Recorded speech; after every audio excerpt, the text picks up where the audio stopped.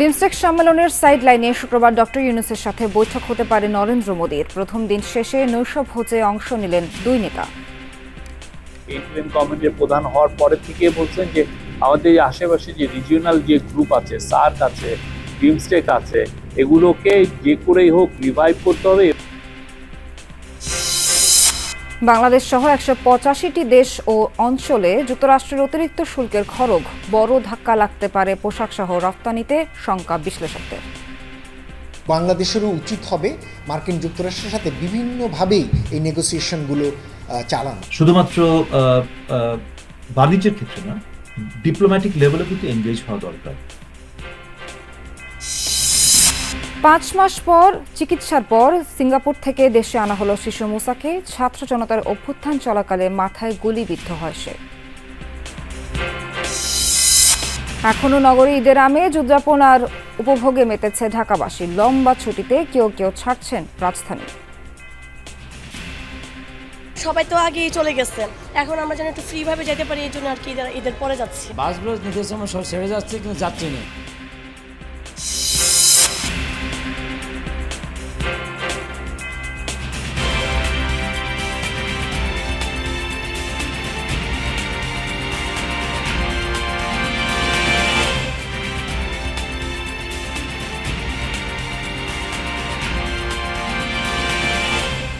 দর্শক, আমন্ত্রণ জানাতে চাই যমুনা নিউজে।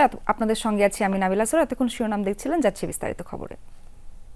বিমস্টেক সম্মেলনের প্রথম দিন শেষে অফিসিয়াল ডিনারে অংশ নিলেন প্রধান উপদেষ্টা প্রফেসর মোহাম্মদ ইউনূস। বৃহস্পতিবার বিকেলে ব্যাংককে বিমস্টেক ইয়াং জেন ফোরামে বক্তব্য রাখার পর নৈশভোজে যোগ দেন তিনি, যেখানে থাইল্যান্ডের প্রধানমন্ত্রী সেনাওয়াত্রে ছাড়াও ছিলেন ভারতের প্রধানমন্ত্রী নরেন্দ্র মোদী। প্রধান উপদেষ্টার প্রেস উইং জানিয়েছে, শুক্রবার সম্মেলনের সাইডলাইনে প্রধান উপদেষ্টা ডক্টর মোহাম্মদ ইউনূসের সাথে ভারতের প্রধানমন্ত্রী নরেন্দ্র মোদীর দ্বিপাক্ষিক বৈঠক হওয়ার কথা রয়েছে। প্রধান উপদেষ্টার প্রেস সচিব শফিকুল আলম বলেন, 2 দশক ধরে বাংলাদেশ বিমস্টেকের সম্ভাবনা কাজে লাগাতে পারেনি। ডক্টর ইউনূস বিমস্টেক সহ বিভিন্ন আঞ্চলিক সংস্থার সম্ভাবনাকে কাজে লাগানোর ব্যাপারে জোর দিচ্ছেন। এ সময় ভুটান ও থাইল্যান্ডের প্রধানমন্ত্রীর সাথে প্রধান উপদেষ্টার বৈঠক হবে বলেও জানান প্রেস সচিব।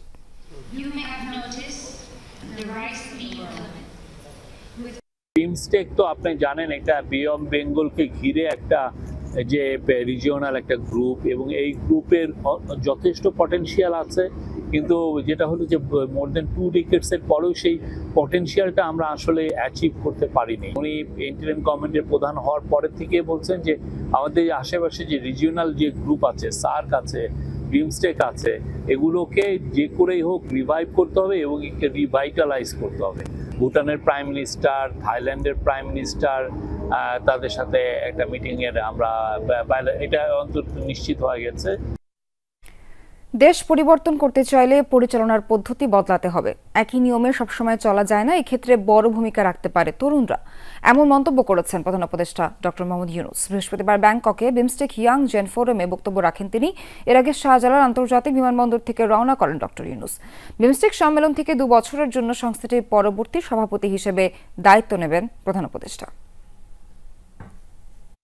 থাইল্যান্ডে 6ষ্ঠ বিমস্টেক সম্মেলনে যোগ দিতে বৃহস্পতিবার সকাল 8:55 ঢাকা ছাড়েন ডক্টর মোহাম্মদ ইউনূস।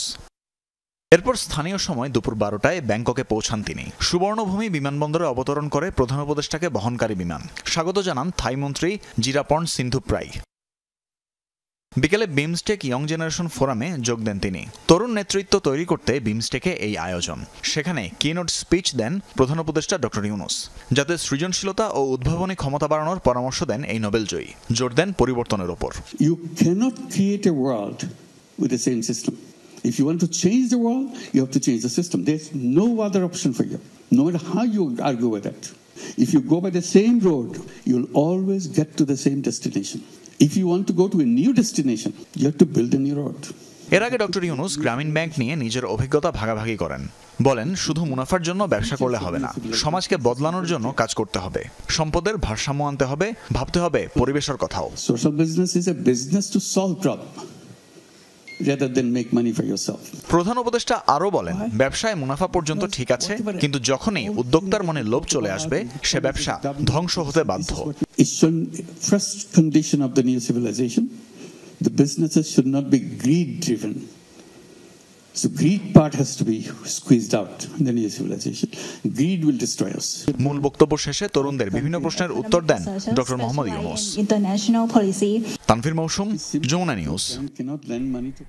এবার যুক্তরাষ্ট্রের অতিরিক্ত শুল্কের খড়গ পড়ল বাংলাদেশ সহ 185টি দেশ ও অঞ্চলের উপর। বাংলাদেশি পণ্যে শুল্কের হার বাড়িয়ে 37% ধার্য করেছেন ডোনাল্ড ট্রাম্প। বুধবার স্থানীয় সময় বিকেলে হোয়াইট হাউসের রোজ গার্ডেনে এক সংবাদ সম্মেলনে আসে ঘোষণা। এদিন ন্যূনতম 10% হারে নতুন ট্যারিফ পরিকল্পনা ঘোষণা করেন মার্কিন প্রেসিডেন্ট। আগে দেশটিতে বাংলাদেশের পণ্যে শুল্কের হার ছিল গড়ে 15%। অতিরিক্ত শুল্কের কারণে দেশের রপ্তানি বাজার, বিশেষ করে পোশাক খাতে নেতিবাচক প্রভাব পড়বে বলে ধারণা করছেন অর্থনীতিবিদরা। যুক্তরাষ্ট্রে বছরে প্রায় 840 কোটি ডলারের পণ্য রপ্তানি করে বাংলাদেশ, এর মধ্যে বড় অংশই তৈরি পোশাক। বাংলাদেশ ছাড়াও বর্ধিত ট্যারিফের কবলে পড়েছে আরও বহু দেশ। শুল্কের হার বাড়িয়ে ভারতের ওপর 26%, পাকিস্তানের ওপর 29%, ভিয়েতনামের ওপর 46%, কম্বোডিয়ার ওপর 49% ও চীনের ওপর 34% নির্ধারণ করা হয়েছে। ইউরোপীয় ইউনিয়নের ওপর আরোপ হয়েছে 20% শুল্ক। And I say that, friend, it happened to an extent that nobody can even believe. That's why economic warfare, the United States can no longer continue with a policy of unilateral. এটা স্বাধীনতা দিবস, যার জন্য বহুকাল অপেক্ষা করেছি। এপ্রিলের 2 তারিখ দিনটি আজীবন স্মরণীয় হয়ে থাকবে। এটা মার্কিন শিল্পের পুনর্জন্মের দিন, আমেরিকার লক্ষ্য পুনরুদ্ধারের দিন, আমেরিকাকে আবার সমৃদ্ধ করে তোলার সূচনার দিন। পুরো বিশ্ব তোলপাড় করা মার্কিন নতুন ট্যারিফের হার নির্ধারণ কিভাবে হলো তা নিয়ে উঠছে প্রশ্ন। প্রেসিডেন্ট ট্রাম্প দাবি করেছেন, বিভিন্ন দেশ মার্কিন পণ্যে যে হারে ট্যারিফ আরোপ করেছে পাল্টা হিসেবে অর্ধেক ট্যারিফ ধার্য করেছেন তিনি। যদিও নিউ ইয়র্ক টাইমস বলছে এ ট্যারিফ ধার্য করা হয়েছে বাণিজ্য ঘাটতির ভিত্তিতে। এর সাথে ট্যারিফের হারের সম্পর্ক নেই, যে কারণে মার্কিন পণ্যে কোনো ট্যারিফ আরোপ না করেও পাল্টা ট্যারিফের আওতায় পড়তে পারে যে কোনো দেশ। নতুন শুল্ক নীতিতে যুক্তরাষ্ট্র বাংলাদেশের পণ্যে 37% শুল্ক আরোপ করলেও ভারতীয় পণ্যে করেছে 26%। চীনের ক্ষেত্রে এই হার 34%। কোনো দেশে আরোপ হয়েছে প্রায় 50% শুল্ক, আবার কোনোটাতে এই হার 10%। কিসের ভিত্তিতে ট্রাম্প প্রশাসন শুল্ক নির্ধারণ করেছে তা নিয়ে তৈরি হয়েছে নানা প্রশ্ন। ব্যবসায়ী রাজনীতিবিদ ট্রাম্প বলেছেন, তাদের উপর যে দেশ যত শুল্ক আরোপ করেছে তিনি পাল্টা জবাবে ধার্য করেছেন তার অর্ধেক। হোয়াইট হাউসের প্রকাশিত চার্টেও দেখা যায় একই চিত্র। আসলে কি তাই? মার্কিন গণমাধ্যম নিউ ইয়র্ক টাইমস বলছে, অর্ধেক হারে শুল্কের কথা বলা হলেও হিসাবটা বেশ জটিল। শুল্কের হিসাব নয়, বরং আমলে নেওয়া হয়েছে বাণিজ্য ঘাটতি। মার্কিন বাণিজ্য বিশ্লেষক ও লেখক জেমস সারওয়াইকির এ সংক্রান্ত একটি পোস্ট ছড়িয়ে পড়ে সামাজিক মাধ্যমে। নিউ ইয়র্ক টাইমসের মতে এই লেখকের ব্যাখ্যাই সবচেয়ে যৌক্তিক। ওই বিশ্লেষক জানান, ইন্দোনেশিয়া যুক্তরাষ্ট্রে 28 বিলিয়ন ডলারের পণ্য রপ্তানি করে, বিপরীতে আমদানি করে 10 বিলিয়ন। 18 বিলিয়ন বাণিজ্য ঘাটতিকে হিসাবে নিলে শুল্ক দাঁড়ায় 64%। ওয়াশিংটনের অর্ধেক অর্থাৎ 32% শুল্ক আরোপ করেছে ইন্দোনেশিয়ার উপর। একইভাবে চীনের ক্ষেত্রে শুল্ক আরোপেও আমলে নেওয়া হয়েছে 291 বিলিয়ন ডলারের বাণিজ্য ঘাটতিকে। বাংলাদেশ সহ অন্য দেশের ক্ষেত্রে হিসাব করা হয়েছে একই পদ্ধতিতে।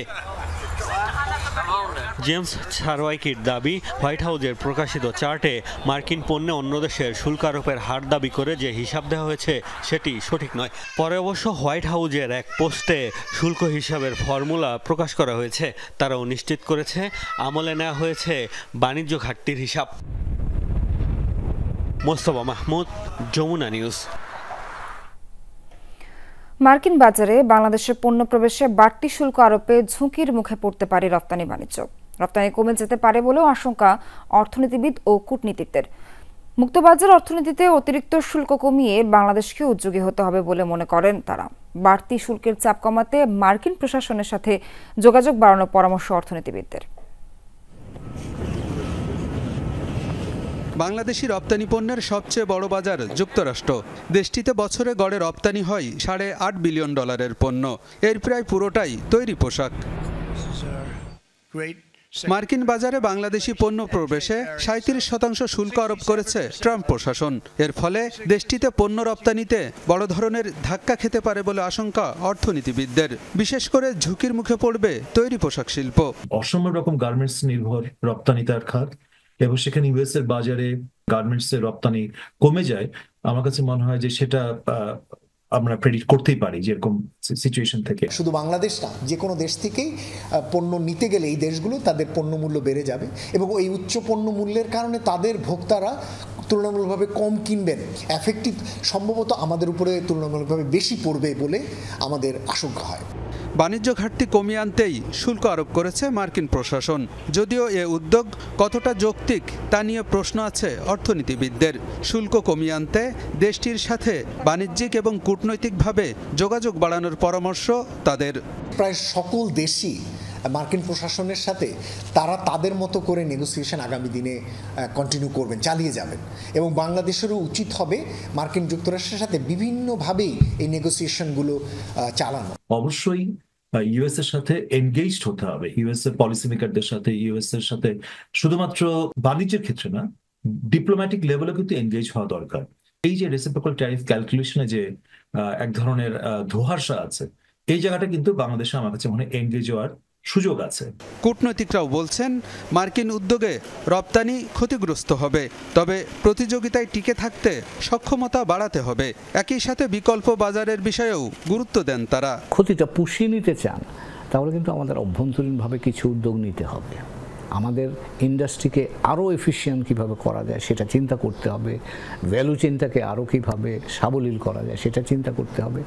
পাশাপাশি অংশীদার আছে যাদের কাছে আমরা রফতানি করি, সে বাজারগুলোর দিকে আমাদের বাড়তি মনোযোগ দিতে হবে। আমি মনে করছি না কোনো আকস্মিক ধস নামবে, বরং বেশ কিছু চ্যালেঞ্জের মোকাবেলা আমাদের করতে হবে এবং আমি চাই যে সেই চ্যালেঞ্জ যেন আমরা অত্যন্ত কৌশলের সঙ্গে এবং সক্ষমতার সঙ্গে সেই চ্যালেঞ্জগুলো মোকাবেলা করে আমাদের অবস্থানটা আমরা সুদৃঢ় রাখতে পারি।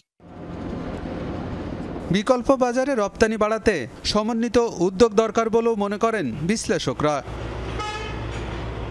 আলমগীর হোসেন, যমুনা নিউজ, ঢাকা।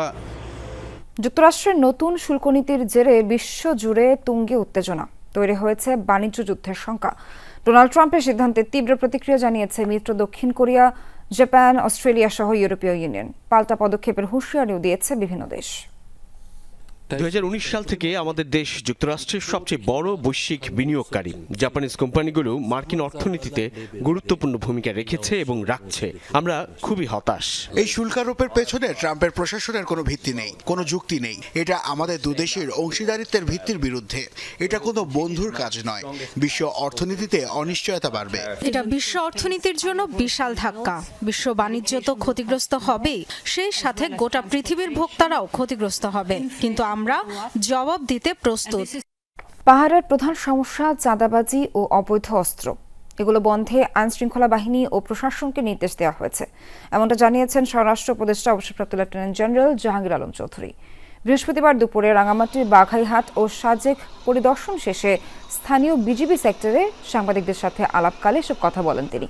স্বরাষ্ট্র উপদেষ্টা আরও বলেন, 5 আগস্টের পর সমতলে অনেক থানার অস্ত্র লুট হয়েছে। এসব অস্ত্র উদ্ধার হলেও অনেক সমস্যার সমাধান হবে বলে আশা প্রকাশ করেন তিনি। পাহাড়ের উন্নয়ন যেন সঠিক জায়গায় পৌঁছায় সেজন্য সবাইকে ঐক্যবদ্ধভাবে কাজ করার আহ্বান জানান জাহাঙ্গীর আলম চৌধুরী। আইন শৃঙ্খলা বাহিনীর কাছে কঠোর নির্দেশ দেওয়া হয়েছে, কোনো চাঁদাবাজদের ছাড় দেওয়া হবে না, সে যত বড় টাই স্যুট পরা হোক না কেন। আর গরিবের জন্য যেই টাকা অ্যালটমেন্ট হয় আমাদের ইচ্ছে থেকে, ওইটা যেন প্রপারভাবে তাকে হাতে পৌঁছে, ওই জন্য অ্যাডমিনিস্ট্রেশনকে বলা হয়েছে তারা ঠিকমতো মনিটর করবে, টাকা যেন ঠিকমতো। ছাত্র জনতার অভ্যুত্থানের সময়ে গুলিতে আহত 7 বছরের শিশু বাসেত খান মুসাকে সিঙ্গাপুরে চিকিৎসা শেষে দেশে ফেরত আনা হয়েছে। বৃহস্পতিবার রাতে হজরত শাহজালাল আন্তর্জাতিক বিমানবন্দরে 10:40 একটি ফ্লাইটে দেশে ফেরে শিশুটি।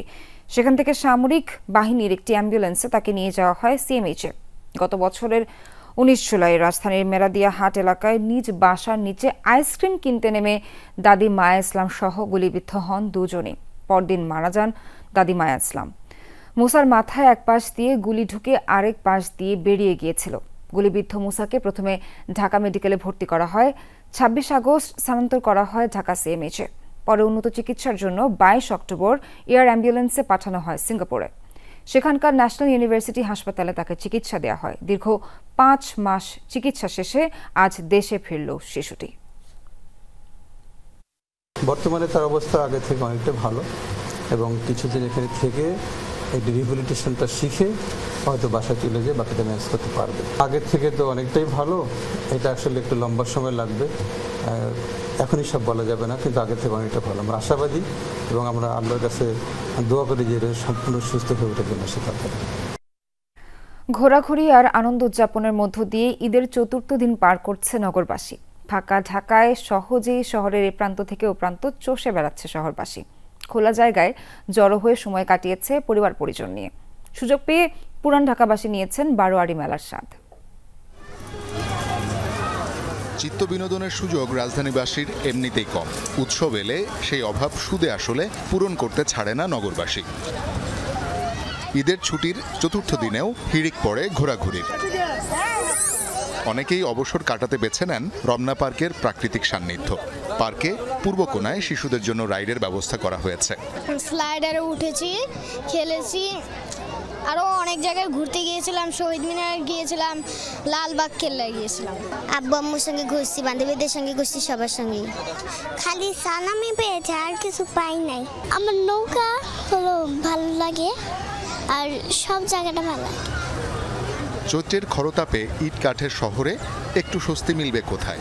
পার্কের জলাধারে নৌবিহারে তাই পরিবার পরিজন নিয়ে বেরিয়ে পড়েন অনেকেই। পর্যাপ্ত নিরাপত্তা থাকে, আমরা বাচ্চাদের নিয়ে এসে এখানে বাচ্চাদের ছেড়ে দিয়ে আমরাও একটু আনন্দ থাকতে পারি, বাচ্চারাও একটু আনন্দ থাকতে পারে। নিত্য নতুন কোনো কিছু করা যায় বাচ্চাদের জন্য, ওরা আরো মানুষ খেলতে পারবে, মজা করতে পারবে। বাচ্চাও খুব খুশি, সকাল থেকে অনেক আনন্দ করতেছে। ওকে নিয়ে রমনা পার্কে আসছি যেন ওর একাকিত্বটা একটু কমে। অনেক বছর পরে আসলাম, এখন একটু ভালোই দেখতেছি। ঢাকাতে তো তেমন কোনো জায়গা নেই ঘোরার মতন, রমনাটা এখন আগের চেয়ে অনেক উন্নত হয়েছে। সোহরাওয়ার্দী উদ্যানের একাংশে করা হয়েছে ঈদ মেলার আয়োজন। ম্যাজিক বোটের রোমাঞ্চকর রাইড, মিউজিক ট্রেন সহ মজার সব আয়োজন উপভোগ করেন বিভিন্ন বয়সী দর্শনার্থী। আরো অনেক রাইডে উঠবো, খুব মজা লাগছে। নৌকাতে উঠেছি, তারপরে ভূতের বাড়িতে গিয়েছি, বিভিন্ন জায়গায় বিভিন্ন রাইডে উঠতে পেরেছি। ছেলে মেয়ে নিয়ে আসছেন বাচ্চা কাছে বিনোদন দেওয়ার জন্য, বাচ্চা নিয়ে অনেক আনন্দ করলো আর কি। আমরা আসলে ঈদ পূজা বুঝি না, একটা উৎসব, আমরা উৎসবে সবাই মজা করতেছি, আনন্দ করতেছি। 52 বাজার 53 গলির পুরান ঢাকাও পিছিয়ে নেই বিনোদনে। বিভিন্ন এলাকায় ছোট ছোট পরিসরে করা হয়েছে আনন্দ মেলার আয়োজন। মন্ডা মিঠাই, মুড়ি মুড়কি সহ নানা মুখরোচক খাবারের সাথে আছে বিভিন্ন বয়সীদের জন্য মজার সব রাইড। নাগরদোলা আর চরকি এনে দিয়েছে গ্রামীণ মেলার আবহ। এখানে খেলনা আছে, এখানে একটা পানিপুরি স্টল আছে, আমি এখান থেকে পানিপুরি খেয়েছি, এটা অনেক ঝাল। সেই ছোটবেলায় গ্রামীণ একটা পরিবেশ পাচ্ছি, যেহেতু মেলা, এর পাশে আছে নাগরদোলা, ট্রেন, বাচ্চাদের অনেক খেলনার আয়োজন। যমুনা ফিউচার পার্কের ফিউচার ওয়ার্ল্ডে মজার সব রাইড ঈদের খুশি বাড়িয়ে দেয় বহুগুণ। শিশুদের নিয়ে এমন মজার ঈদ কাটাতে পেরে খুশি অভিভাবকরা। এখানে ঘুরতে এসে আমাদের অনেক মজা লাগছে। আমি এখানে আমার বাবার সঙ্গে ঘুরতে আসছি যমুনাতে, এবং আমার সঙ্গে ছোট ভাইও আছে। শওকত মঞ্জুর শান্ত, যমুনা নিউজ, ঢাকা। লম্বা ছুটির কারণে এখনও কাটেনি ঈদের আমেজ। কেউ কেউ এখনও ছাড়ছেন ঢাকা, কেউ বা আবার জরুরি কাজে ফিরতে শুরু করেছেন রাজধানীতে। যারা ঈদের ছুটি পাননি কিংবা ঝক্কি ঝামেলা এড়াতে চেয়েছেন তারাই এখন যাচ্ছেন গ্রামের বাড়ি। তবে ট্রেন কিংবা বাস কোথাও নেই যাত্রী চাপ। শুক্র শনিবার বাস ট্রেনে রাজধানীমুখী স্রোত বাড়বে বলে ধারণা বাস মালিকদের।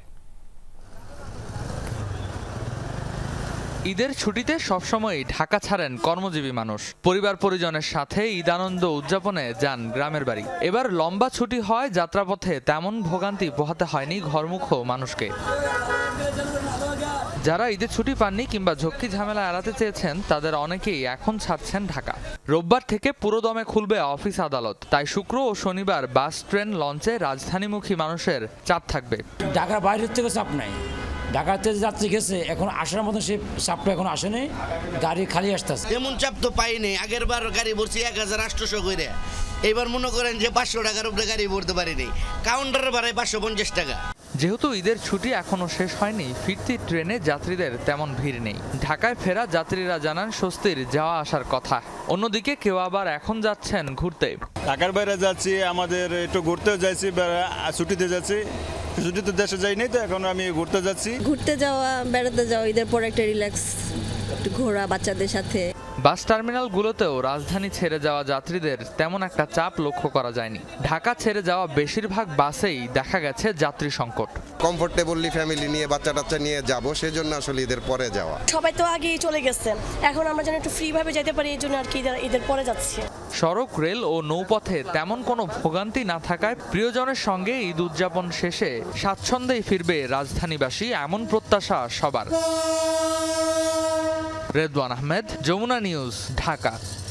সেভেন সিস্টার্স নিয়ে ডক্টর ইউনূসের বক্তব্যে ভারতের আপত্তিকে অযৌক্তিক মনে করছেন বিশ্লেষকরা। এমনকি ভারতের বিশ্লেষকরাও বলছেন এ নিয়ে প্রতিবেশী দেশটির গণমাধ্যম ও কিছু বিশেষজ্ঞ অহেতুক বিতর্ক তৈরির চেষ্টা করছেন।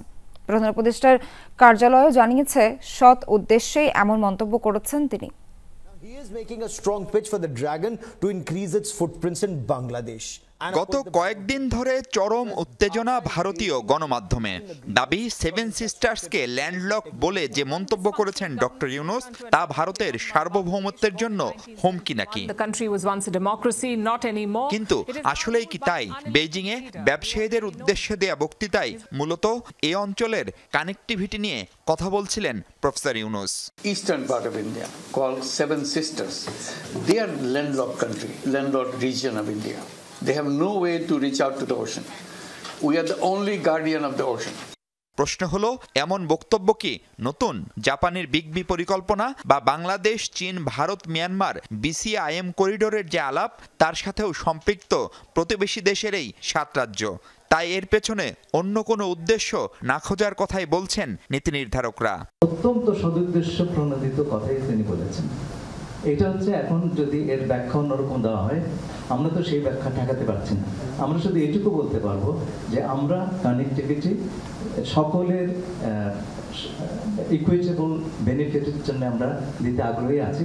কেউ নেবেন তো ভালো, না নিলে নেবেন না। পররাষ্ট্র মন্ত্রণালয়ের সাবেক সচিব রাষ্ট্রদূত হুমায়ুন কবির বলছিলেন, ব্যক্তি প্রফেসর ইউনূস আর বক্তব্যের স্থান চীন হওয়ায় এ নিয়ে আলাদা আগ্রহ তৈরি হয়েছে ভারতে। প্রফেসর ইউনূস বলেছেন বলে সেটা তাদের কাছে হয়তো লেগে থাকতে পারে, অথবা সেটা বেইজিংয়ে বলা হয়েছে বলে তাদের কাছে লাগে। কিন্তু এটাও তো সত্যি কথা যে বাংলাদেশ 2010 সালে যখন ভারতকে এবং নেপাল এবং ভুটানকে মংলা এবং চট্টগ্রাম বন্দর খুলে দিয়েছিল, তখনও কিন্তু উদ্দেশ্য সেটাই ছিল যে ভারতের উত্তর পূর্বাঞ্চলকে সহায়তা করার জন্য। 5 আগস্ট পরবর্তী ঢাকা দিল্লি সম্পর্কের টানাপোড়েনে বাড়তি মাত্রা যোগ করেছে প্রফেসর ইউনূসের চীন সফর। যদিও তার আলোচিত এই মন্তব্যকে নিরাপত্তার লেন্সে দেখা সঠিক হবে না বলে মনে করছেন ভারতের জিন্দাল গ্লোবাল ইউনিভার্সিটির অধ্যাপক শ্রীরাধা দত্ত। আমার ধারণা উনি he was talking about economic regional forum, যেটাতে এটা তো ঘটনা যে আমরা যেরকম ভাবে নর্থ বাংলাদেশ আমাদের ট্রানজিট দিয়েছে, আমাদের অ্যাক্সেস দিয়েছে, সেগুলো তো আমাদের সুবিধে হয়েছে। মানে নর্থ ইস্ট ইজ ল্যান্ডলকড, এটা তো নিয়ে কোনো সমালোচনা নেই, এটা ঘটনা। উনি যদি ইন্ডিয়াকে রাগাবার জন্যই বলে থাকে কোনো কথা, সেটা দেওয়া many other ways to do it. আমার মনে হচ্ছে এটা আমরা বেশি মিসরিড করছি এটাকে, বা ওভার রিডিং করছি। এমন বাস্তবতায় বিমস্টেক সম্মেলনে দেখা হচ্ছে দক্ষিণ এশিয়ার 2 শীর্ষ নেতার। সেখানে আনুষ্ঠানিক বৈঠকের সম্ভাবনাও অনেক বেশি, আর তাহলে অনেক কিছু সহজ হতে পারে বলে ধারণা। মাহফুজ মিশু, যমুনা নিউজ, ঢাকা। তিলোত্তমা ঢাকা এখন অচেনা। ফাঁকা রাস্তায় ঘণ্টাখানেকের দূরত্ব পার হওয়া যাচ্ছে কয়েক মিনিটে। এমন দুষ্প্রাপ্য অভিজ্ঞতা নিতে পরিবার পরিজন নিয়ে রাজধানী জুড়ে ঘুরে বেড়াচ্ছে নগরবাসী। বাস্তবে সম্ভব না জানা থাকলেও এমন এক ঢাকার প্রত্যাশার কথা ছিল সবার কণ্ঠে। এই পথ চেনা, তবে পথের এই রূপ যেন স্বপ্নের মতো। ঈদের ছুটিতে বাড়ি গেছেন কয়েক লাখ মানুষ, তাই ঢাকার রাস্তায় যানবাহনের চাপ নেই মোটেও। এতে রাজধানীর অভ্যন্তরের বিভিন্ন এলাকার দূরত্ব হঠাৎ কয়েক গুণ কমে গেছে। মাত্র কয়েক মিনিটেই যাওয়া যাচ্ছে এক প্রান্ত থেকে অন্য প্রান্তে। ফার্মগেট বাস স্ট্যান্ড এলাকা। বনানী থেকে ফার্মগেট বাস স্ট্যান্ড আসতে আমাদের সময় লেগেছে 7 থেকে 8 মিনিট। স্বাভাবিক সময়ে যে সময় লাগে 40 থেকে 45 মিনিট। পিক আওয়ারে 45 মিনিটের দূরত্ব 8 মিনিটে পার হওয়া এ যেন স্বপ্নের চেয়েও বেশি। ফাঁকা ঢাকায় যানবাহনগুলোতেও যাত্রীদের চাপ নেই। বাসে ঠাসাঠাসি কিংবা বাসের দরজায় ঝুলে গন্তব্যে যাওয়ার চিরচেনা দৃশ্য চোখে পড়ছে না, বরং বাসের বেশিরভাগ সিটই এখন ফাঁকা, যাত্রীদের মুখেও স্বস্তির হাসি। তবে যাত্রী না থাকায় গণপরিবহন সংশ্লিষ্টরা কিছুটা বিপাকে। যেহেতু রাস্তাঘাট ফাঁকা, যাতে সুবিধা হইতেছে। এখন চলতেছে না, আগে ছিল, চলছিল, ইনকামও হয়েছিল, এখন ইনকাম নাই। মানুষজনের তেল খরচ উঠে পেট চলে না। রাজধানীর অন্যতম ব্যস্ত সিগন্যাল বিজয় সরণি। বলা হয় বিজয় সরণি সিগন্যাল একবারে পার হওয়া দুঃসাধ্য, তবে সেই বিজয় সরণির এমন দৃশ্য অবিশ্বাস্য। এরকম ঢাকা সবসময় চাই, কিন্তু পাই না, পুরো ফাঁকা। আমরা চাই এরা বাড়িতে থাকুক, আমরা জায়গায় মজায় থাকি। জ্যামজটের শহর কেউ চায় না, এই যে ঘুরতেছি অনেক মজা। সেই ঈদের লম্বা ছুটি কাটিয়ে ৪ কিংবা ৫ তারিখের মধ্যে ঢাকায় ফিরতে শুরু করবে মানুষ। আবারও ধীরে ধীরে মানুষের পদচারণায় ভরে উঠবে রাজধানীর প্রধান সড়ক, গলিপথ। আবারও সেই যানজট, তীক্ষ্ণ গাড়ির হর্ন, আগে যাওয়ার প্রতিযোগিতা। তবে এমনটি যদি সারা বছর থাকতো তাহলে দুর্বিষহ নয়, নগর জীবন হতো অসাধারণ। সুমাইয়া ঐশী, যমুনা নিউজ, ঢাকা। ঈদ শেষে চট্টগ্রামে ফিরতে শুরু করেছে মানুষ। কিছু অফিস খোলা থাকায় গ্রাম ছেড়ে শহরে ফিরছেন পেশাজীবীরা। তবে বেশিরভাগ অফিস রোববার থেকে খোলা থাকায় সড়ক পথে যাত্রী চাপ কম, ফলে বাসগুলো ফাঁকা যাচ্ছে বিভিন্ন গন্তব্যে। শনিবার থেকে রেল ও সড়ক পথে যাত্রীদের চাপ বেশি থাকবে বলছে সংশ্লিষ্টরা।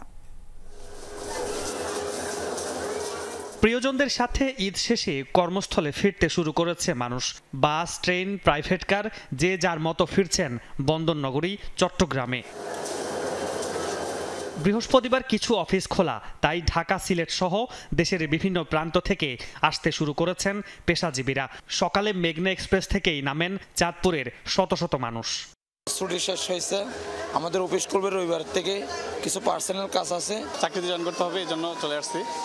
আর জার্নি ভালো হয়েছে আলহামদুলিল্লাহ, আসা যাওয়া দুটাই। এখন তো আবার কাজের টানে বা কর্মজীবন শুরু করার জন্য চলে আসতে হবে। আমাদের অফিস খোলা তো তাড়াতাড়ি, এই জন্য আবার চলে আসতেছি।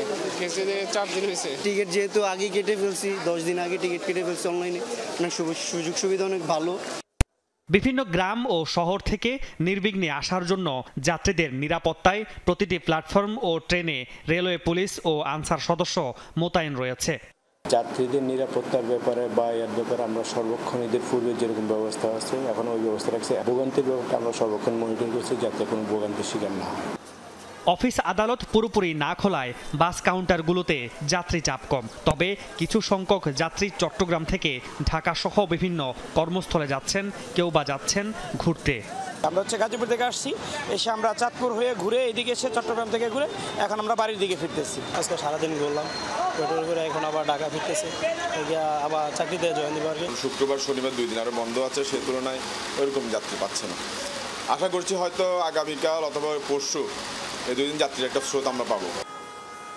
মামুন রশিদ অভি, যমুনা নিউজ, চট্টগ্রাম। যশোরে বাস চাপায় বাবা মেয়ে নিহত হওয়ার ঘটনায় ঘাতক বাসটিতে আগুন ধরিয়ে দিয়েছে বিক্ষুব্ধ জনতা। বৃহস্পতিবার বিকেলে যশোর বেনাপোল মহাসড়কের পুলের হাট চৌরাস্তা এলাকায় ঘটনা ঘটে। পুলিশ জানায়, বেনাপোল থেকে যশোরগামী একটি বাস বিপরীত দিক থেকে আসা একটি মোটরসাইকেলকে ধাক্কা দেয়। ঘটনাস্থলে মৃত্যু হয় মোটরসাইকেলে থাকা রুবেল ও তার মেয়ে ঐশীর। আহত হয় রুবেলের স্ত্রী জেসমিন, আরেক মেয়ে তাইবা এবং এক পথচারী। এ সময় স্থানীয়রা ক্ষুব্ধ হয়ে বাসটিতে আগুন ধরিয়ে দেয়।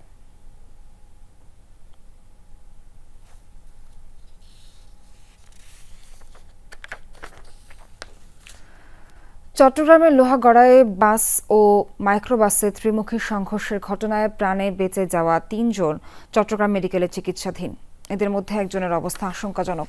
আহতদের সুস্থ করতে সর্বোচ্চ চিকিৎসা ও সব ধরনের সহযোগিতা করছে সরকার। বুধবার দুর্ঘটনায় নিহত হন 10 জন। 6 বছর বয়সী আরাধ্যা বিশ্বাস ঢাকা থেকে কক্সবাজারে ঘুরতে যাওয়ার সময় চট্টগ্রামের লোহাগাড়ায় সড়ক দুর্ঘটনায় 10 জনের মৃত্যু হলেও সৌভাগ্যক্রমে বেঁচে যায় শিশুটি। উদ্ধারের পর মাথাসহ শরীরের বিভিন্ন স্থানে আঘাতের চিহ্ন দেখা যায় শিশুটির শরীরে। অবস্থা কিছুটা জটিল হওয়ায় তাকে নেওয়া হয় শিশু আইসিইউতে। এই মুহূর্তে আসলে ওর সম্পর্কে মন্তব্য করা খুব কঠিন, কারণ যেহেতু অ্যাক্সিডেন্টের রোগী, ঠিক আছে, ওর ব্রেইনে কিছু ইনজুরি হতে পারে, এগুলোর সিকুয়েলি এখনই বলা যাচ্ছে না। কয়েকবার জ্ঞান ফিরেছে, প্রতিবারই মা বাবাকে খুঁজছে আরাধ্যা। সে এখনো জানে না তার মা সাধনা বিশ্বাস, বাবা দিলীপ বিশ্বাস ও মামা আর বেঁচে নেই। একই পরিবারের 3 সদস্যকে হারিয়ে শোকাহত পুরো পরিবার। সে এখনো কিছুই জানে না যে তার মা বাবা কোথায় আছে, কিভাবে আছে, সে কিছুই জানে না। তার মা বাবারে খোঁজে, কিন্তু তারে অন্যভাবে বুঝায় ওই জিনিসটা অন্য সাইড দিয়ে পাস করা হয়। যখনই সেন্স আসে তখনই মাকে বাবাকে খুঁজতেছে, মাকে একটু বেশি খুঁজতেছে। তো আমরা যতটুকু পারতেছি আমি সান্ত্বনা দিচ্ছি। আরাধ্যার মতো বেঁচে যাওয়া 18 বছর বয়সী দুর্জয় মণ্ডল ও প্রেমাও চট্টগ্রাম মেডিকেলে চিকিৎসাধীন। দুর্জয়ের কিছুটা উন্নতি হলেও প্রেমার অবস্থা আশঙ্কাজনক। তাকেও নেওয়া হয়েছে আইসিইউতে। অ্যাক্সিডেন্টে বেশিরভাগ ফ্যামিলির লোকজন ডেড হয়ে গেছে, আর 2 জন ব্যক্তি জীবিত আছে। আমরা চাচ্ছিলাম যে এদের আরও যাতে উন্নত চিকিৎসা হয়, যেহেতু ফ্যামিলিতে বেশিরভাগ লোক মারা গেছে। দুর্ঘটনার খবরে মুক্তিযুদ্ধ বিষয়ক মন্ত্রণালয়ের উপদেষ্টা ফারুকী আজম, city mayor doctor Shahadat Hossain সহ আরও অনেকে আহতদের দেখতে যান চট্টগ্রাম মেডিকেলে। বলেন, আহতদের সুস্থ করতে সর্বোচ্চ চিকিৎসা সেবা ও সব ধরনের সহযোগিতা করছে সরকার। বাচ্চাটা আসলে এখন গ্র্যাজুয়ালি ইমপ্রুভ করছে, কারণ 10 ছিল, জিসিএসএস স্কোর এখন 11তে গেছে। এটা যখন 15-16 দিকে যাবে আমরা মনে করতে পারবো যে এটা রিস্ক ফ্রি হচ্ছে। এখনো কিন্তু রিস্ক ফ্রি না। তার ফ্র্যাকচার হয়েছে, একটা ফিবুলার ফ্র্যাকচার, একটা হিউমারাস রেডিয়েশনাল ফ্র্যাকচার হয়েছে। এগুলো ট্রিটমেন্ট চলতেছে এবং যা কিছু লাগতেছে আমরা হাসপাতাল থেকে সব কিছু বেয়ার করতেছি। পরপর 3 দিন একই স্থানে সড়ক দুর্ঘটনায় চালকদের দুষছেন উপদেষ্টা ফারুকী আজম। বলেন, সড়কে কেউই শৃঙ্খলা মেনে গাড়ি চালায় না। সড়কের আইন মেনে তো কেউ গাড়ি চালাচ্ছে না। এই ক্ষেত্রে এই সমস্ত দুর্ঘটনাগুলোর পিছনে এটা একটা সবচাইতে বড় কারণ। এখানে লবণের গাড়ি যায়, রাস্তা পিচ্ছিল হয়, এই সমস্তগুলোর কোনো ধরনের রেমেডি যদি এখানে থেকে থাকে তাহলে সে তাই করবে। মর্মান্তিক দুর্ঘটনায় নিহত 10 জনের 3 জন নারী, 2 জন শিশু ও 5 জন পুরুষ। মামুন রশিদ অভি, যমুনা নিউজ, চট্টগ্রাম। ঈদের ছুটিতে দেশের বিভিন্ন সড়কে দুর্ঘটনায় অন্তত অর্ধশত মানুষের প্রাণহানি হয়েছে, আহতের সংখ্যাও শতাধিক। সবচেয়ে ভয়াবহ দুর্ঘটনাটি হয়েছে চট্টগ্রাম কক্সবাজার মহাসড়কে। প্রাণ ঝরেছে 10 জনের। বুয়েটে দুর্ঘটনা গবেষণা প্রতিষ্ঠান বলছে, উচ্চগতি ফিটনেসবিহীন বাস ও ব্যাটারি চালিত যানের চলাচলই এর কারণ। সেই সাথে মহাসড়কের বাঁক মেরামতের পরামর্শ দিয়েছে প্রতিষ্ঠানটি। শাকিল হাসানের রিপোর্ট। ঈদের ছুটিতে রাজধানীসহ বড় শহরগুলো থেকে মানুষ ছোটে নিজ গ্রামে, আবার থাকে ফেরার তাড়াও। তাই এ সময় সারা দেশের মহাসড়কে চাপ বাড়ে যানবাহনের, ঘটে দুর্ঘটনা। এবারও ঈদের ছুটিতে সারা দেশের মহাসড়কগুলো পরিণত হয়েছে মৃত্যুকূপে।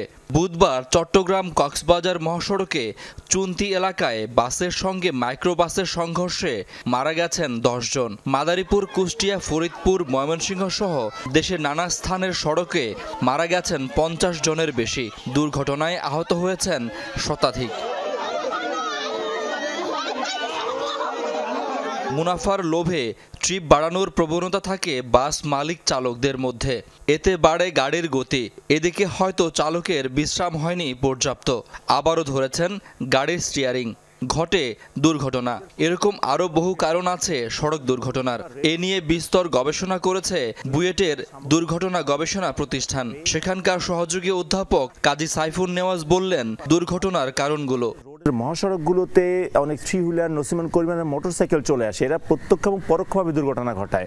আবার দেখা যাচ্ছে এমনিতেই আমাদের সড়কগুলো কিন্তু জিওমেট্রিক্যালি অনেক রিস্কি, যেমন বাঁক, ইন্টারসেকশন, লেভেল ক্রসিং যা রয়েছে সেগুলো কিন্তু ট্রিটেড না। ফলে দেখা যায় অনেক চালক কিন্তু ট্র্যাপড হয়ে যায়। ফলে সামগ্রিকভাবে আমার যে ভেহিকেল রিলেটেড ইস্যুগুলো, রোড রিলেটেড ইস্যুগুলো এবং হচ্ছে আমাদের চালকদের যে অতিরিক্ত স্পিডে চালানোর যে প্রবণতা, মালিকদের যে প্রফিট করার প্রবণতা, অনেক আনফিট গাড়ি তারা নামিয়ে ফেলছে রাস্তায় এই সুযোগে, এইগুলোই দুর্ঘটনা ঘটায়, প্রাণহানি প্রাণহানি ঘটাচ্ছে। কারণ অনুসন্ধান করেই থেমে থাকেনি এআরআই, দুর্ঘটনা প্রতিরোধে দিয়েছে সমাধানও।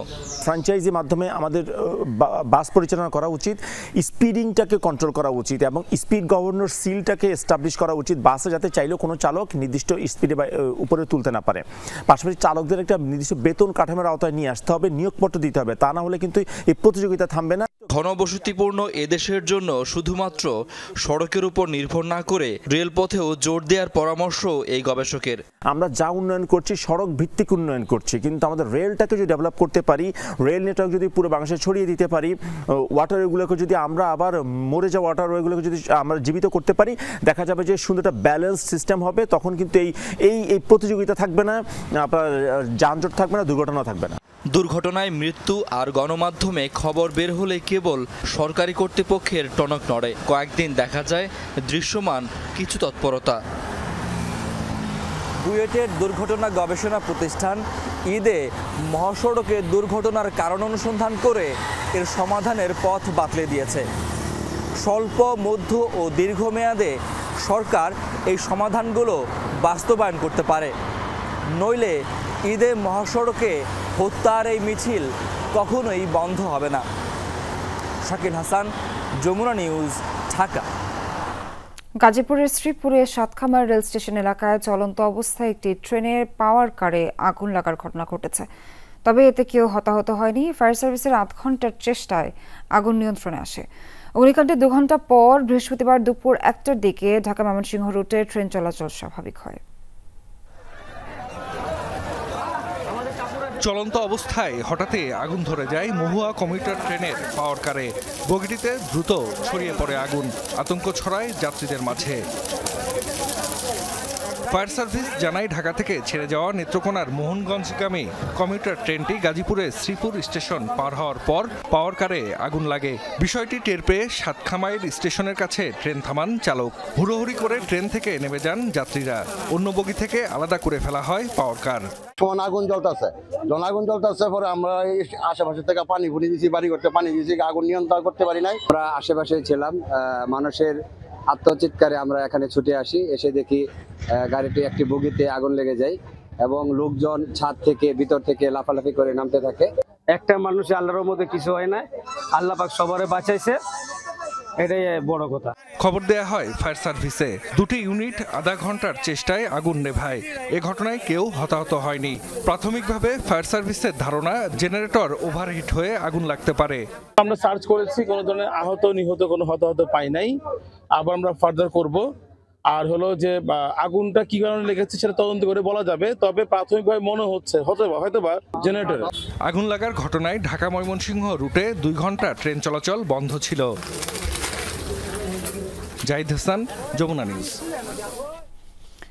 চাঁদপুরের দরবেশগঞ্জ উচ্চ বিদ্যালয়ের ৭৫ বছর পূর্তি উপলক্ষে দিনব্যাপী অনুষ্ঠান করা হয়েছে। বৃহস্পতিবার সারাদিন ব্যাপী কচুয়ায় বিদ্যালয় প্রাঙ্গণে চলে আয়োজন। অনুষ্ঠানে অংশগ্রহণ করেন প্রায় 2000 বর্তমান ও প্রাক্তন শিক্ষার্থী। নবীন প্রবীণ শিক্ষার্থীদের পদচারণায় মিলন মেলায় পরিণত হয় স্কুল মাঠ। অনুষ্ঠানের উদ্বোধন করেন বিদ্যালয়ের সাবেক প্রধান শিক্ষক। এ সময় অনুষ্ঠানে আমন্ত্রিত অতিথিদের ফুল দিয়ে বরণ করে শুভেচ্ছা জানানো হয়। পরে প্রতিষ্ঠাতা আব্দুল করিম দরবেশের প্রতি কৃতজ্ঞতা জানিয়ে স্কুলের সাথে সংশ্লিষ্ট প্রয়াতদের স্মরণে দোয়া ও মোনাজাত করা হয়। বিএনপি বাহরাইন শাখার নবগঠিত কমিটিতে অনিয়ম ও দুর্নীতির অভিযোগ নিয়ে সংবাদ সম্মেলন করেছে আশকর শাখার নেতারা। রবিবার দেশটির আশকর শহরের স্থানীয় একটি রেস্টুরেন্টে সংবাদ সম্মেলন হয়। এতে আশকর শাখা বিএনপি নেতারা সদ্য ঘোষিত কমিটিকে অবৈধ ঘোষণা করেন। কমিটির বিরুদ্ধে বিভিন্ন অনিয়ম, দুর্নীতি ও অর্থ বাণিজ্যের অভিযোগ এনে লিখিত বক্তব্যের মাধ্যমে তুলে ধরেন তারা। এ সময় মূল বক্তব্য পাঠ করেন আশকর শাখা বিএনপি সভাপতি এখলাস উদ্দিন। এছাড়াও লিখিত বক্তব্য পাঠ করেন সাধারণ সম্পাদক নওশাদ আলী ও সাংগঠনিক সম্পাদক মোহাম্মদ দেওয়ান আকসার। তারা ঘোষিত বাহরাইন শাখা বাতিলের দাবি জানান। অর্থের বিনিময় আওয়ামী লীগ গরওয়ানাদেরকে দিয়ে সেই কমিটি দিয়েছে। তাই আমরা বিএনপির ভারপ্রাপ্ত চেয়ারম্যান জনাব তারেকুর রহমানের দৃষ্টি আকর্ষণ করছি। বাহরাইন কেন্দ্রীয় কমিটি 8ই মার্চ যে ঘোষণা করা হয়েছে জনাব আহমদ আলী মুকিব সাহেবের মাধ্যমে, জুম মিটিংয়ের মাধ্যমে, এই কমিটির আমরা তীব্র নিন্দা এবং প্রতিবাদ জানাই। এটা একটা পকেট কমিটি হয়েছে। বাহরাইনের তৃণমূলের নেতৃবৃন্দকে বাদ দিয়ে আওয়ামী লীগের সাথে লিয়াজু করে যারা বিগত দিন চলাফেরা করেছে তাদের মাধ্যমে জনাব মোহাম্মদ আলী মুকিব সাহেব এক কমিটি ঘোষণা করেন। হুন্ডির সাথে সম্পৃক্ত থাকার অভিযোগ অস্বীকার করেছে আল হারামাইন পারফিউমস গ্রুপ অফ কোম্পানি। সম্প্রতি সংযুক্ত আরব আমিরাতে নিজ কার্যালয়ে সাংবাদিকদের সাথে মতবিনিময় করেন বাংলাদেশি মালিকানাধীন প্রতিষ্ঠানটির চেয়ারম্যান মোহাম্মদ মাহতাবুর রহমান নাসির। এ সময় কোম্পানির সুনাম নষ্টের চেষ্টা হচ্ছে বলে অভিযোগ করেন তিনি। প্রতিহিংসার বশবর্তী হয়ে একটি মহল অপপ্রচার চালাচ্ছে বলে মন্তব্য করেন। এ সময় এসব ঘটনার তীব্র নিন্দা ও প্রতিবাদ জানান উপস্থিত কোম্পানির অন্য কর্মকর্তারা। উল্লেখ্য, আল হারামাইন পারফিউমস গ্রুপ আরব আমিরাতের একটি বিখ্যাত সুগন্ধি প্রস্তুতকারক কোম্পানি। হুন্ডির সঙ্গে প্রতিষ্ঠানটির চেয়ারম্যানের সম্পৃক্ততা আছে বলে সম্প্রতি অভিযোগ ওঠে। এরা এমন এমন তথ্য দেয় যেটা অবশ্যই মিথ্যা, শুধু আমাকে নিয়ে নয়, বিভিন্ন জনকে নিয়ে বিভিন্ন ধরনের তথ্য। মানুষ এটা দেখলে হাসে। নেত্রকোনার বারহাট্টায় তুচ্ছ ঘটনা নিয়ে বিরোধের জেরে দুপক্ষের সংঘর্ষ হয়েছে। এ সময় আহত হন ৫ জন। বৃহস্পতিবার দুপুরে বারহাট্টায় গুমুরিয়া গ্রামে ঘটনা ঘটে। এলাকাবাসী জানায়, ১ সপ্তাহ আগে স্থানীয় মোস্তাকিম মিয়া প্রতিবেশী হালান মিয়ার বাড়ি থেকে একটি সেলাই মেশিন চুরি করে। এ ঘটনায় হালান মিয়া থানায় অভিযোগ করলে ক্ষিপ্ত হয় মোস্তাকিম। পরে পরিবারের লোকজন নিয়ে হামলা করে হালানের বাড়িতে। এ সময় সংঘর্ষে জড়ায় দুপক্ষ। এতে আহত হয় ৫ জন। তাদের উদ্ধার করে হাসপাতালে ভর্তি করা হয়। এ ঘটনায় মামলার প্রস্তুতি চলছে। ভোলায় ২ দল গ্রামবাসীর দফায় দফায় সংঘর্ষে আহত অন্তত ২০ জন। বৃহস্পতিবার সকালে চরফ্যাশন উপজেলায় এ সংঘর্ষ হয়। প্রত্যক্ষদর্শীরা জানায়, জমি নিয়ে বিরোধ চলছিল ভাসানচর গ্রামের মোহাম্মদ টিপু সুলতান ও মোহাম্মদ আলমগীরের মধ্যে। সকালে তাদের সমঝোতা বৈঠকের কথা ছিল, কিন্তু আলমগীরের পক্ষের লোকজন সময়মতো উপস্থিত না হয় দুপক্ষের মধ্যে বাকবিতণ্ডা হয়। এক পর্যায়ে দেশীয় অস্ত্র নিয়ে সংঘর্ষে জড়ায় উভয় পক্ষ।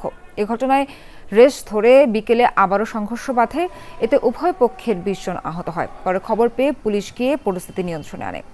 আহতদের উপজেলা স্বাস্থ্য কমপ্লেক্সে চিকিৎসা দেওয়া হচ্ছে। হবিগঞ্জে ছাত্রদল ও স্বেচ্ছাসেবক দলের নেতাকর্মীদের মধ্যে সংঘর্ষে অন্তত ২০ জন আহত হয়েছে। বৃহস্পতিবার সন্ধ্যা ৭টায় আজমেরীগঞ্জ থানার সামনে এ ঘটনার সূত্রপাত। স্থানীয়রা জানায়, স্থানীয় এক যুবদল নেতার ফেসবুক স্ট্যাটাসে পৌর স্বেচ্ছাসেবক দলের সদস্য সচিব রাহি রহমান ও সদর ইউনিয়ন ছাত্র দলের সাধারণ সম্পাদক হুমায়ুন আমিন আকাশ পাল্টাপাল্টি কমেন্ট করেন। এরই জেরে উভয় পক্ষের লোকজনের মধ্যে বাকবিতণ্ডা হয়। এক পর্যায়ে দুপক্ষ সংঘর্ষে জড়িয়ে পড়ে। ঘণ্টাব্যাপী ধাওয়া পাল্টা ধাওয়া, উইট পাটকেল ছোড়াছড়িতে আহত হন অন্তত ২০ জন। পরে পুলিশ গিয়ে পরিস্থিতি নিয়ন্ত্রণে আনে। ১০০ বছর পূর্তিতে পুনর্মিলনী অনুষ্ঠান করেছে খুলনার জামিরা বাজার পিপরাইল সিদ্দিকিয়া ফাজিল মাদ্রাসার সাবেক শিক্ষার্থীরা। বৃহস্পতিবার মাদ্রাসা প্রাঙ্গণে আয়োজন করা হয়। অনুষ্ঠানে সাবেক ও বর্তমান প্রায় ১২০০ শিক্ষার্থী উপস্থিত ছিলেন। শিক্ষার্থীদের সরব উপস্থিতি যেন মহা মিলন মেলায় পরিণত হয়। দীর্ঘদিন পর বন্ধু, বড় ও ছোট ভাইদের সাথে পেয়ে আবেগে আপ্লুত হয়ে পড়েন অনেকে। দিনের শুরুতে জামিরা বাজারে বর্ণাঢ্য শোভাযাত্রা বের করে শিক্ষার্থীরা। মাদ্রাসা থেকে শুরু হওয়া শোভাযাত্রা বাজার ঘুরে আবার মাদ্রাসা প্রাঙ্গণে গিয়ে শেষ হয়। পরে আলোচনা সভায় স্মৃতিচারণ করেন সাবেক শিক্ষার্থীরা।